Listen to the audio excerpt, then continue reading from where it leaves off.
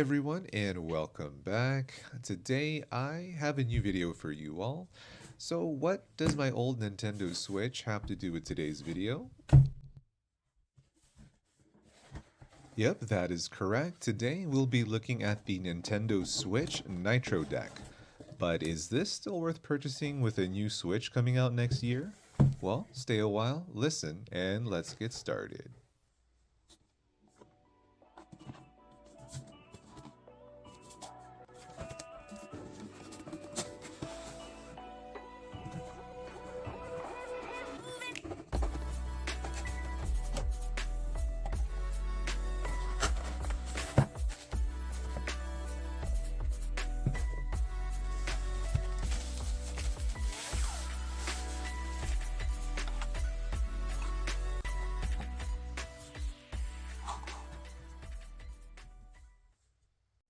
So, what's in the box? Well, first off, we got a welcome card, the instruction manual in a couple other languages, and the Switch Nitro Deck itself. Pretty simple. Now, the numbers don't lie. The Nitro Deck is pretty weighty, but it definitely doesn't feel like it when you're holding it. The Nitro Deck by itself weighs about 0.59 pounds or about 267 grams. The Switch console itself without the Joy-Cons weighs about 0.66 pounds or about 299 grams. The Nitro Deck with the console weighs about 1.25 pounds or about 566 grams, while the Switch console plus the Joy-Cons weighs about 0.88 pounds or about 399 grams.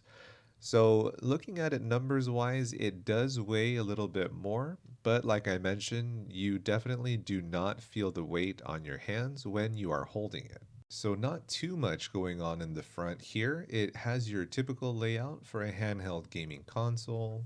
Peeling the sticker off, the inside of the Nitro Deck is a little textured with a small design, just enough to break the monotony of the all-black color. The thumbsticks are a little bigger than the original thumbsticks on the Joy-Cons, and they do have a little more range of motion, as in you are able to push them out a little farther than the Joy-Cons.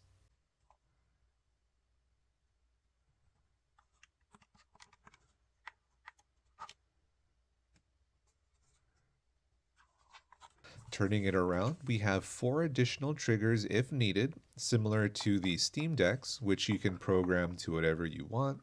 The triggers feel like an Xbox controller's triggers, where you have a longer pull compared to that of a PS5 controller or a generic gamepad. The L1 and R1 triggers are shorter on the pull, however, and have a mechanical sound to them. There's also an option for a turbo, which you can program if you would like. There are some games out there that benefit from a turbo option. The grips are textured, but only for show. They don't actually help you grip the Nitro Deck any better, unfortunately. And lastly, we have a input and output if you wanted to use it as a dock or to charge your console when not in use. So here, let's take out the Switch and place it right onto the Nitro Deck. It's super simple. All you do is slide the console down the middle until you hear the click, which means it is safely secured, and you're all done.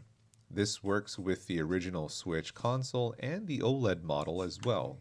The setup is also super easy. You'll just need to ensure that your Pro Controller wired communication is turned on before you hook up the Switch to the Nitro Deck.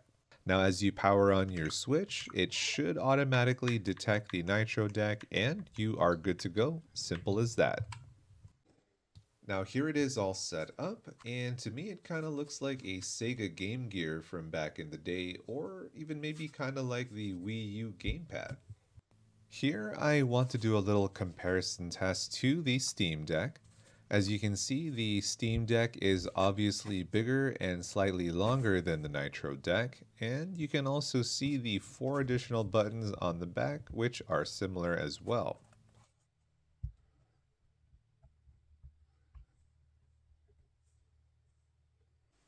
Here we have a side profile of the grips on the Nitro Deck. As you can see, it's not very ergonomic, especially if you have larger hands. One thing to note, however, is that since the Nitro Deck is more like an add-on accessory to your Switch, it does not cover up the top portion of the console, and that might be an issue to some of you. And here it is with the Skull & Co case. As you can see, the entire console is encased except the front. Design-wise, I really like the simplistic look of the Nitro Deck, nothing too flashy, and it doesn't have any gimmicky buttons. The matte black one also fits well with the console, since it is also black. I like how the D-pad is an actual D-pad and not buttons like you see on the Joy-Cons. The back of the Nitro Deck also has a kickstand, which is a nice inclusion, so that if you want to not use it as a handheld and use a controller, you have the option to do so. And lastly, the Nitro Deck, like I mentioned earlier, has a turbo option that you can mess around with, but since I don't play any games that would benefit from a turbo option, I did not bother to set that up. Now, a couple of things that I didn't like about the Nitro Deck. First off, to take out the Switch console, you have to essentially grip the front and slide it upwards, and each time you do this, you will leave your hand or fingerprints on the glass. Now, you might have already seen some of my fingerprints on the glass already, so there's that to take note of. Another thing I didn't like were the grips. As you saw earlier, they were just textured for show and don't really add any gripping strength to the Nitro Deck. And it's also not very ergonomic, as you saw from the side view. So with those of us with larger hands, will for sure feel uncomfortable for those extended playtimes like I did. Lastly, I didn't like how the Nitro Deck did not cover the top of the Switch console. I know it might be a slight annoyance to some of you, but I like to know that my devices are protected all around and wish they would have put like a latch or something similar to just cover up the final 10% of the console.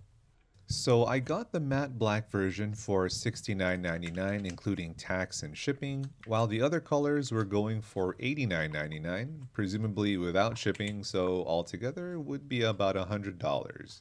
Now, is $100 worth it for your aging Switch? Well, for me, my Switch is super old since I got the original one that came out back in 2017, and I don't really see the point in buying the OLED version since it's just a screen upgrade.